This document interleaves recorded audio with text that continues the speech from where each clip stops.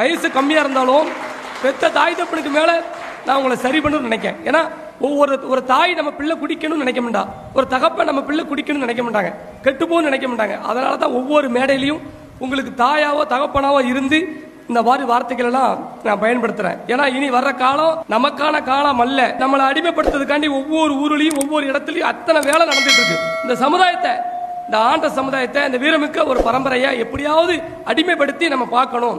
வருங்காலத்துல நான் தேவமார் அப்படின்னா உட்காரல அப்படின்னு சொல்லி இவனை அடிமைப்படுத்தணும் அப்படிங்கிற நோக்கத்துல தான் இன்னைக்கு திட்டம் போட்டு செயல்பட்டு இருக்கானோ.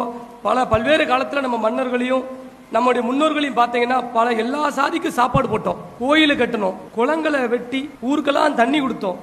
நம்ம தப்பே பண்ணாத ஒரு சமுதாயம் இந்த நாட்டை கட்டமைச்ச சமுதாயம்.